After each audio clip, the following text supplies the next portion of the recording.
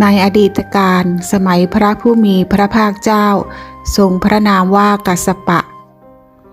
มีภิกษุ2 รูปเป็นผู้ปฏิบัติศีลอย่างเคร่งครัดมีจริยวัตรงดงามพระทั้ง2 รูปอาศัยอยู่ในวัดใกล้หมู่บ้านแห่งหนึ่งขณะนั้นได้มีภิกษุผู้มาเยือนรูปหนึ่งมีอัธยาศัยชั่วชอบส่อเสียดมาที่วัดที่ภิกษุ2 รูปนั้นอาศัยอยู่ภิกษุ2 รูปได้ให้ที่พักในวันที่2จึงพาภิกษุรูปนั้นมายังหมู่บ้านเพื่อบิณฑบาตพวกชาวบ้านเห็นพระภิกษุทั้ง3แล้วก็แสดงความนอบน้อมและได้ถวายภัตตาหารข้าวหวานอันประณีตต่างๆมากมายเมื่อภิกษุทั้ง3 รูปกลับมาถึงวัดภิกษุรูปที่มาเยือนก็คิดว่าชาวบ้านในหมู่บ้านนี้มีความศรัทธาเลื่อมใสในพุทธศาสนาอาหารข้าวหวานที่ถวายก็ประณีตวัดแห่งนี้ก็รื่นรมด้วยร่มเงาและน้ำถ้าได้อยู่ที่วัดนี้ก็จะสบายแต่ถ้าภิกษุ2 รูปนั้นอยู่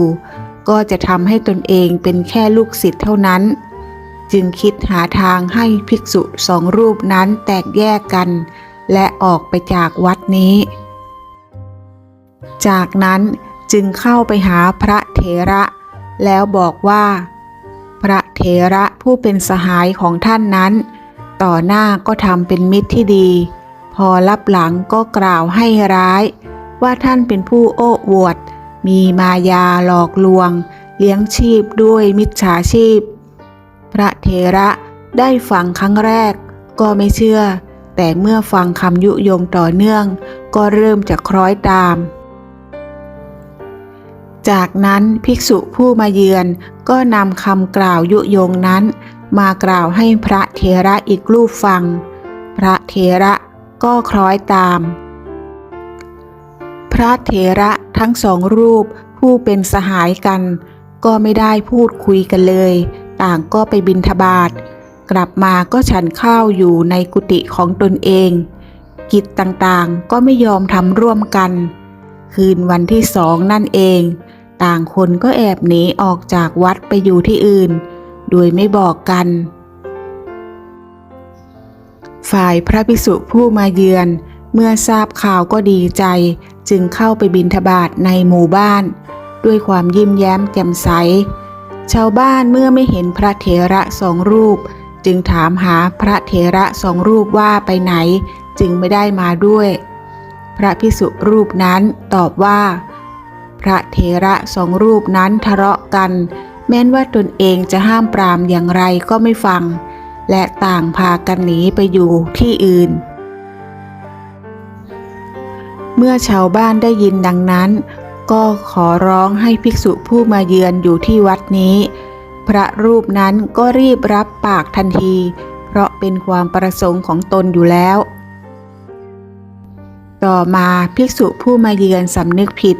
คิดได้ว่าตนยุยงภิกษุผู้มีศีลและยังให้เพื่อนแตกแยกกันก็เพราะว่าอยากเป็นเจ้าอาวาสคิดทำแต่กรรมชั่วไว้มากมายจึงเกิดความโศกเศร้าเสียใจในที่สุดสุขภาพก็ย่ำแย่ลงเรื่อยๆต่อมาไม่นานนักก็มรณภาพลงและไปบังเกิดในอเวจีมหานรกในสมัยแห่งพระสัมมาสัมพุทธเจ้าพระรูปนั้นก็ได้มาเกิดเป็นเปรตปากเน่ามีหนอนไต่ออกจากปากเจาะกินปากกลิ่นปากของเปรตนั้นเหม็นฟุ้งขจรกระจายไปไกลในอากาศแต่ทว่าร่างกายกลับมีสีเหมือนทองค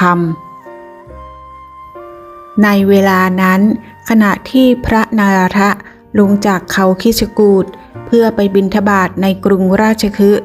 ท่านก็ได้พบกับเปรตปากเน่าซึ่งอาศัยอยู่ไม่ไกลจากกรุงราชคฤห์จึงถามถึงกรรมที่เปรตเคยกระทำไว้ว่าท่านมีผิวพรรณงามดั่งทิพย์ยืนอยู่ในอากาศกลางหาวแต่ปากของท่านมีกลิ่นเหม็นมีหนอนพากันชอนชัยอยู่เมื่อก่อนท่านเคยทำกรรมอะไรไว้เปรตจึงเล่าให้พระเถระฟังว่า เมื่อก่อนเป็นพระชั่วชอบพูดชั่วพูดยุแย่ใส่ร้ายผู้อื่นไม่สำรวมปากเพราะกรรมที่กล่าววาจาส่อเสียดจึงทำให้ปากเหม็น